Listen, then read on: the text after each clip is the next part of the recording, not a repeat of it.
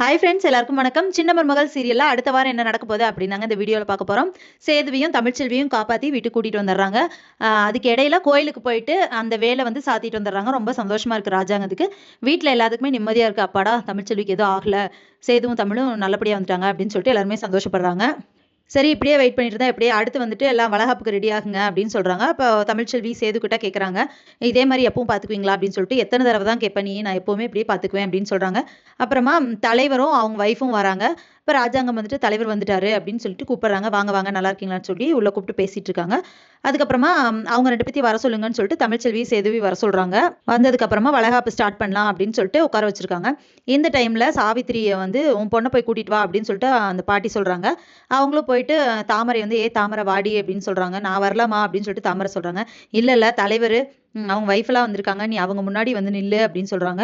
ஏமா எனக்கு ஒரு யோசனை தோணுது அப்படின்னு சொல்லிட்டு தாமரை சொல்றாங்க. என்ன யோசனை அப்படின்னு சொல்லி கேட்கும்போது, இப்படி நான் அவர் லவ் பண்றேன்ல காமேஷ் பிச்சி சாரை, அவரை வந்துட்டு இங்க வர சொல்லி இப்படி தலைவர் முன்னாடி நான் இவர் தான் லவ் பண்றேன், இவரை வந்து எனக்கு கல்யாணம் பண்ணி வைங்க அப்படின்னு சொன்னோம்னா மாமா வேற வழி இல்லாம ஒத்துக்கிட்டு தானே ஆகணும் அப்படின்னு சொல்றாங்க. ஆமாடி, நல்ல ஐடியாவா இருக்கு, உடனே அவருக்கு போனை போடு அப்படின்னு சொல்லிட்டு அவங்க அம்மா சொல்றாங்க. இந்த உடனே இப்பவே ஃபோன் பண்றேம்மா அப்படின்னு சொல்லிட்டு உடனே காமேஷ்க்கு ஃபோன் பண்றாங்க. ஃபோன் பண்ணிட்டு நீங்க வாங்க, இப்படி எங்க வீட்டில் ஒரு ஃபங்க்ஷன் அப்படின்னு சொல்லிட்டு கூப்பிடுறாங்க. ஓகே நான் வரேன் அப்படின்னு சொல்லிட்டு அவரும் வராரு.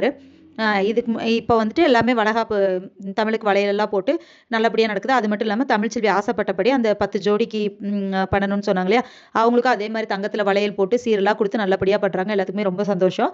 இப்படி ஃபங்க்ஷன் முடியிற நேரத்தில் காமேஷ் பிச்சி வராரு. இவர் யார் அப்படின்னு சொல்லிட்டு கேட்குறாங்க. அப்போது தாமரை வந்து அவர் கூப்பிட்டுட்டு வந்து இன்ட்ரடியூஸ் பண்ணுறாங்க. இவர் தான் மாமா நான் விரும்புகிறேன், எனக்கு வந்து இவரை கல்யாணம் பண்ணி வைங்க அப்படின்னு சொல்லிட்டு சொல்கிறாங்க. என்ன இப்படி வந்து சொல்கிற அப்படின்னு சொல்லிட்டு ராஜாங்கம் கேட்குறாங்க. இல்லை, இவரும் நல்லா வசதியானவர் தான் அப்படின்னு சொல்லும்போது, இப்போ தலைவர் வந்துட்டு அந்த பொண்ணு ஆசைப்படுதுன்னு சொல்லுதானப்பா, அந்த பொண்ணையே கல்யாணம் பண்ணி வைங்க அப்படின்னு சொல்லிட்டு ராஜாங்கத்திட்டையும் சொல்கிறாங்க. வேற வழி இல்லாமல் ராஜாங்கமும் சரி, நானே கல்யாணம் பண்ணி வச்சிடுறேன், அந்த பையனுக்கே கல்யாணம் பண்ணி வைக்கிறேன் அப்படின்னு சொல்லிடுறாங்க. ஸோ இதுக்கப்புறம் என்ன நடக்க போகுது அப்படிங்கிறத இனி வர வீடியோவில் ஒன்று ஒன்றா பார்க்கலாம் ஃப்ரெண்ட்ஸ். அது வரைக்கும் வெயிட் பண்ணுங்கள். நன்றி, வணக்கம்.